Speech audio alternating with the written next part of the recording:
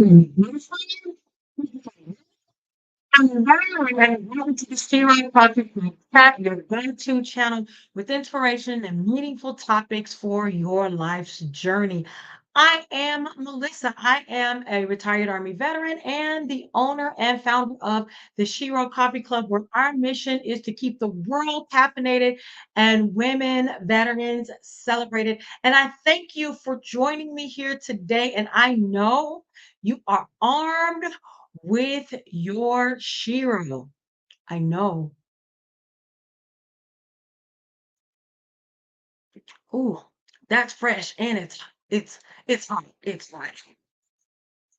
You know where to go. You can check the QR code right over here. And if I click here and I do this, and now you have got the banner. If you are not armed with your Shero coffee, here is where you can go. SheroCoffee.com or simply check out the QR code. So, how was your week on a scale of 1 to 10? And what are you going to do to make it better for this week? Think about that. How was your week and what are you going to do to make it better this week? Today's the beginning of the new week, Sunday. So this week, scale of 1 to 10, what we got? What are you going to do to make it better? Make it better for this week. What do you got? So for me, of course, I'm going to give you the highlights. You'll get the lowlights. Don't get me wrong, but I'm going to give you the high blessings on blessings on blessings on blessings. This week for me, my dad and my stepmom came in. They were celebrating their 50-year anniversary. That's just about as long as I've been alive. Their 50th year anniversary. Wow, that's monumental. I mean, to just have 50 years of two people to continue to say to each other, "You're my person." Th To me, that is just so monumental, and I just wanna congratulate them and let them know that I love you guys and to keep being such an inspiration to everyone. Absolutely everyone. I absolutely love their love. So, that's one thing that happened. IG page, Instagram page, Shero Coffee Club has a Instagram page which I invite you guys to go to. So I'm looking forward to building that up this week and of course as we prepare for the future. But Instagram, I don't understand Instagram like I understand Facebook. However, we do have an Instagram page and that's what we're going to use and I'm looking forward to growing it. What else happened? I'm also ramping up for Shero Encore September 8th, Sunday, September 8th from 1 to 5, Munster, Indiana. You can go to Eventbrite for tickets. Between you and I, the people who watch, there are only 18 tickets left. 18 tickets left for Shero Encore. So I am so looking forward to that. And then, of course, seeing all of the ambassadors in one place, it's going to be fantastic too. And then finally this week, just supporting my local VFW, supporting them for our stand down, which is taking place Saturday the 14th. It's like a week after Shero Encore. So just supporting them, and I am the vendor coordinator this year, and just supporting them. And I'm looking forward to doing more of that in what's happened this week, and looking forward to doing more of that in the week to come. So let's get into the coffee facts. So today should have been a coffee fact from last week, actually, because what I want to talk to you today is about the month of August and coffee. Well, I didn't tell you this last week, but did you know that August is National Coffee Month? Did you know that? So let's take a sip. Let's take a sip to celebrating Coffee Month. And it's so amazing as I did my research and tried to look for the history of it. Wasn't a whole lot of history, but it's always about business. Like they say, follow the money, follow the money.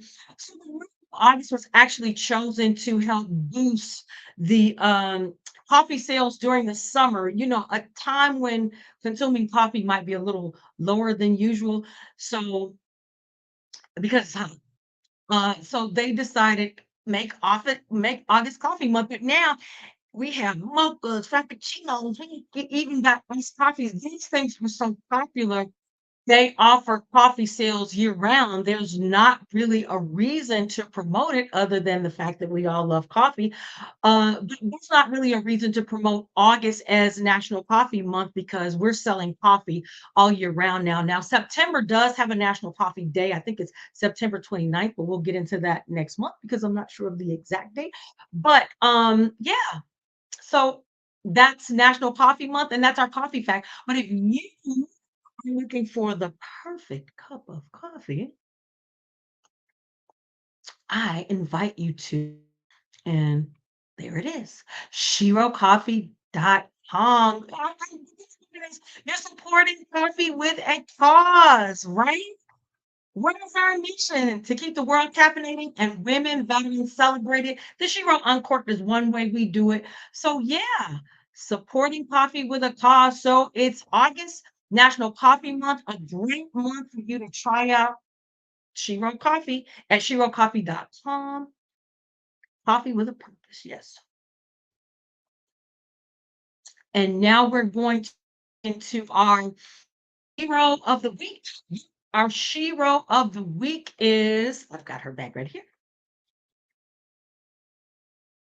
Shero Ambassador Julia Murphy Jones. She served in the U.S. Army from 1989 to 1997.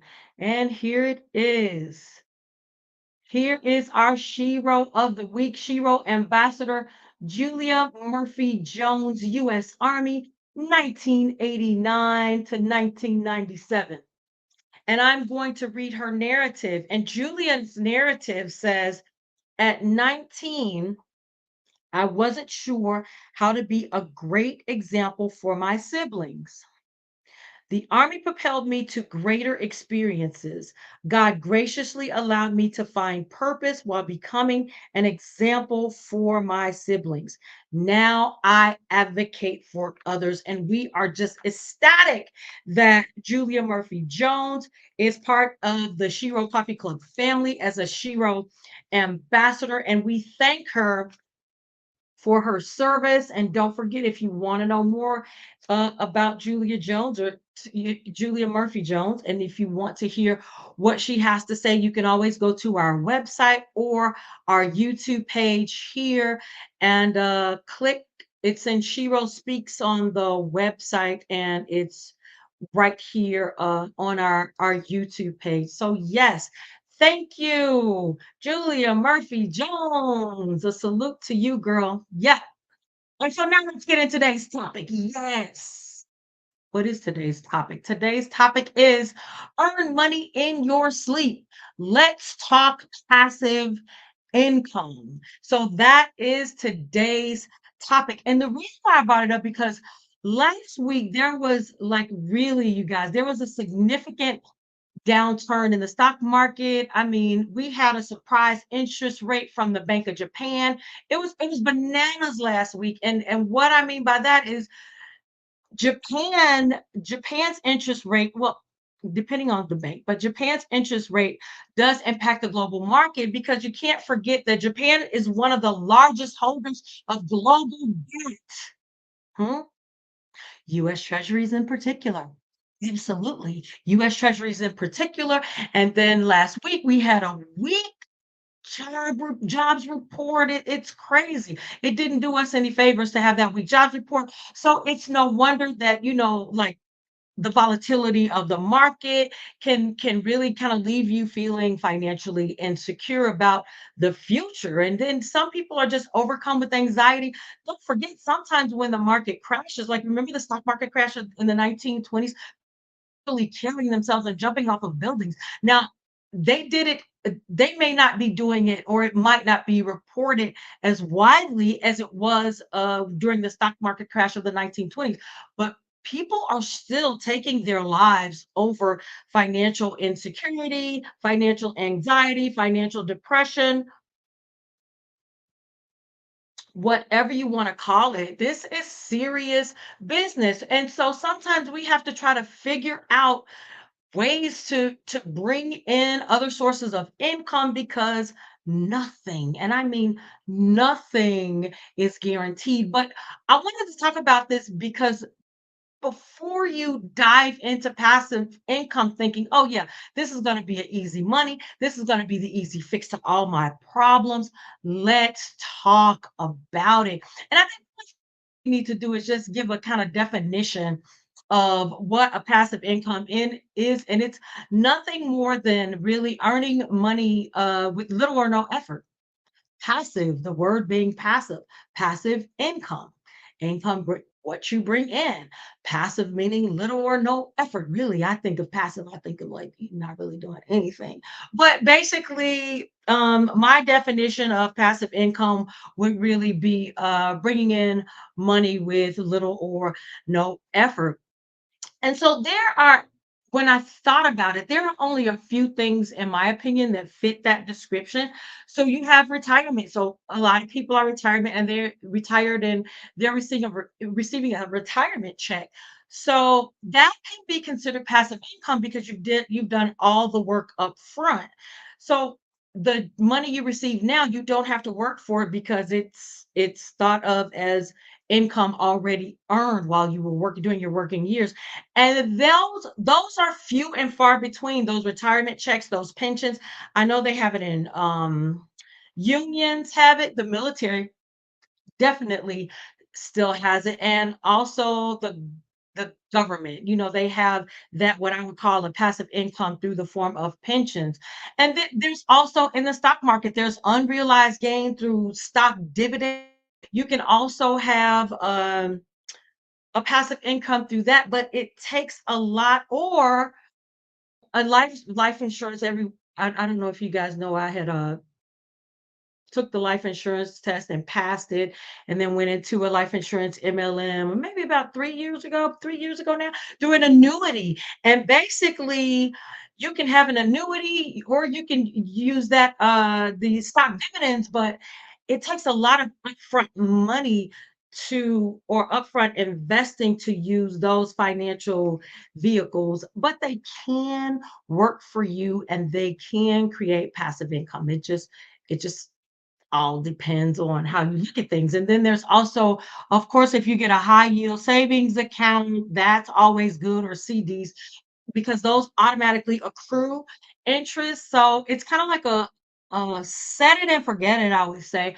But these are some of the things that when I think of passive income, how passive income is defined. Now, you might have your own definition. I'm no advisor by any means.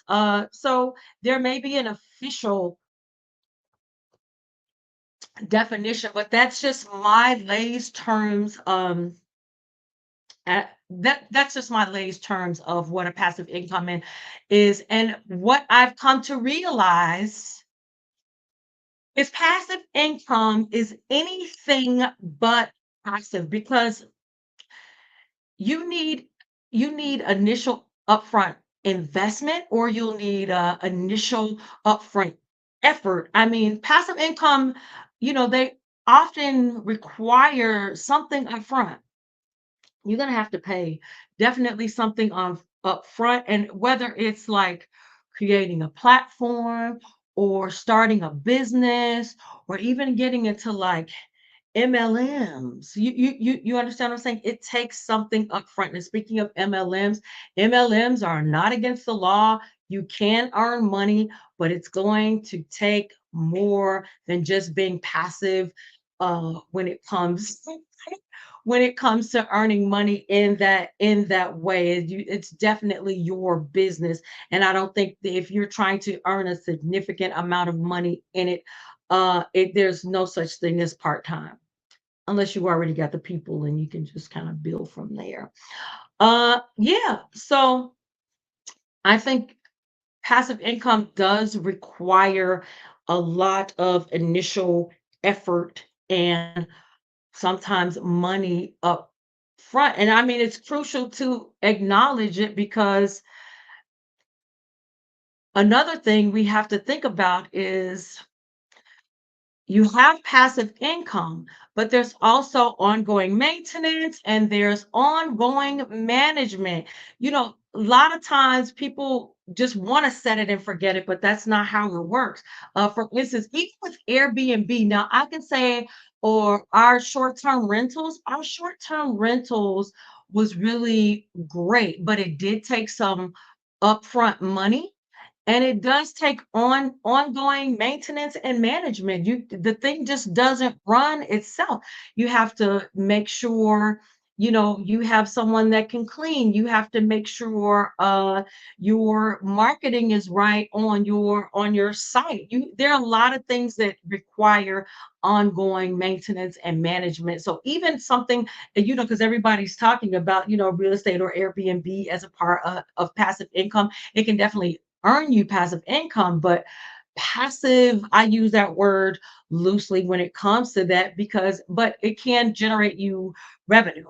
And then I'm trying to think that the third thing would be, like I said, delayed returns. Oftentimes, you invest in something, you have to build it up. So you're going to have delayed returns. So if you're looking for something that's going to bring you money immediately, those may not be the areas, well, with the exception of for and this is based on my experience, with the exception of Airbnb that brought you money. Everything else, like even with the coffee, even with those things, it takes a while. You have to put some things in order first. Well, the coffee started off as, like a little side hustle, but now it's a business. We're licensed. We've got all of our registrations and things like that. So it's a full blown business.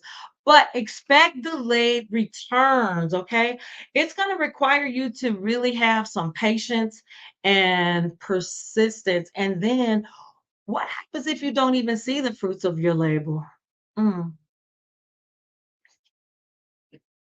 What happens if you don't see that? Just think about it. So that's why I got some things before you start. Some things that you can ask yourself. I've got three questions. And the first is, what specific skills do you have now or resources do you have now that you can kind of leverage that with to create a passive income? What do you know now? Lots of times you have all of this knowledge in your head, but you haven't put it out into the world, or there's something you do in your hobby that you can actually make a passive income out of it. So, what can you do now that would not require a lot of effort or money to get started? So that's one of the things you can think about. And then I also want you to think about too is if you've selected a passive income, have you thought about the time that it would take and the effort that would be required to just establish it as an income stream? First of all, how much do you want to make? So to establish that as an income stream. And so when you talk about how much you want to make, it really just becomes a numbers game. Here's the service I provide, here's what I want to make, here's what I have to get, to return to invest back in my business, and then here's what how much I want to bring back into my pocket. So once you figure all that out, then you can get started. But how much of a commitment of time and money will that take? I mean, you really have to assess if you even have the bandwidth to start something like that? Because what you'll get into are competing commitments. So are you going to let it go? Will gaining a passive income replace something that you're currently doing now, like maybe watching TV or, a little more sleep? Or, I mean, are you going to replace that? Or do you have already time allotted where you can dedicate and commit? And I can tell you, whatever time you think it takes to get there right now, you can probably double or triple or quadruple that, right? And then three, let's say we go beyond the hustle. We go beyond that. So what I'm gonna do for basically to establish a business after you do up in the hustle and you get the money you want, you start, and that's how people transition to I started making money. It just kind of happened because they were in this hobby or they were having this passive income and it just grew and grew larger, which required more of their time, more of their effort. And so they had to quit their job because what they're getting in that passive, what the initial passive income started to be greater than what they were getting in pay at work. But there are a whole lot of things. Let's not even go there yet. There are a whole lot of things that you have to consider before making that move. Right now, I'm just talking about getting you as a few extra $100 or maybe even $1,000. Just finding approaches and asking you questions. If you were considering that, how are you going to do it? But it really in a nutshell, you can do anything. You really can anything you put your mind to that doesn't go outside the law of existence. And what I mean by that is if I go to the top of the Sears Tower and talking about I'm gonna fly, that's outside the laws of where we exist. So no, that ain't gonna happen. Hmm. So that's what I mean. And I know for a fact that having a passive income can be a powerful way to just build your or start on your financial freedom. It is so powerful. It can get you started.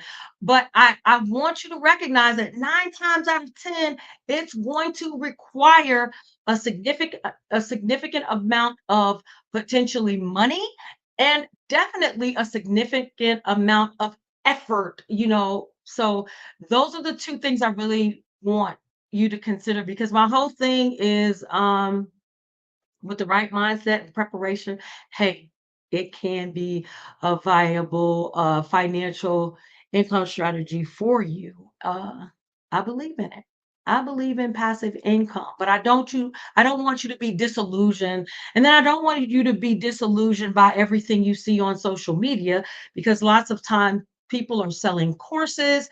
They're asking you to join this, they're asking you to join that. These $20,000 courses, these $1,500 courses that don't do anything more than satisfy the pockets of the people that are doing the training. And I'm not talking about all, but I'm sure you've had some experiences where you said,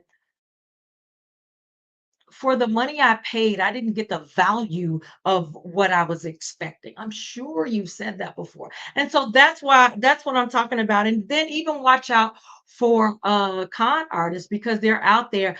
I watched this show called Pocket Watching with JT on YouTube, and he really goes in and finds these businesses that are pretty shady, and it's a lot of them out there, you guys.